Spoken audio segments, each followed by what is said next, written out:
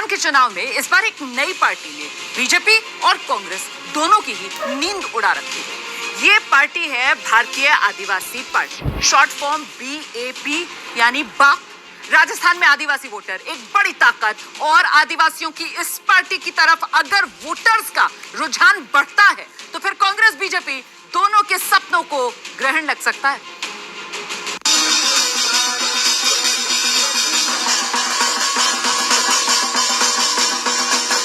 राजस्थान की राजनीति में इस नई पार्टी की एंट्री ने बीजेपी और कांग्रेस की धड़कनें बढ़ा रखी हैं।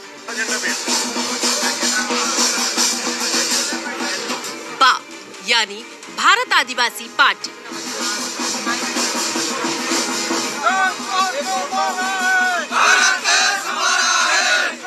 ढोल नगाड़े और जीत के नारे।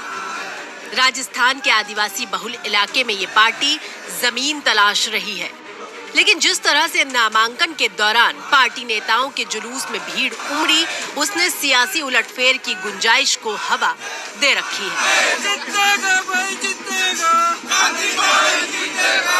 ABP न्यूज के रिपोर्टर जैनेन्द्र डूंगरपुर पहुंचे हैं, जहां उन्होंने BAP के उम्मीदवार कांतिलाल रोत से बात की और जाना कि आदिवासी किसका खेल बनाएंगे और किसका बिगाड़ेंगे। कितनी सीटें जीतने का भरोसा है आपको?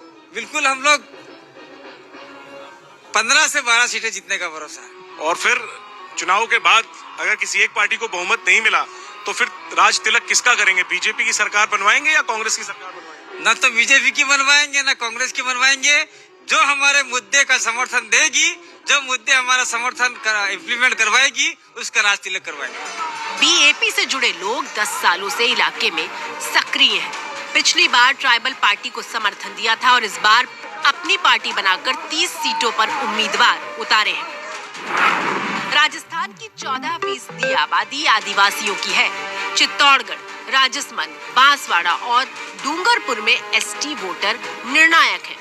करीब 50 सीटों पर आदिवासी वोटर असर रखते हैं। BAP का समीकरण समझने के लिए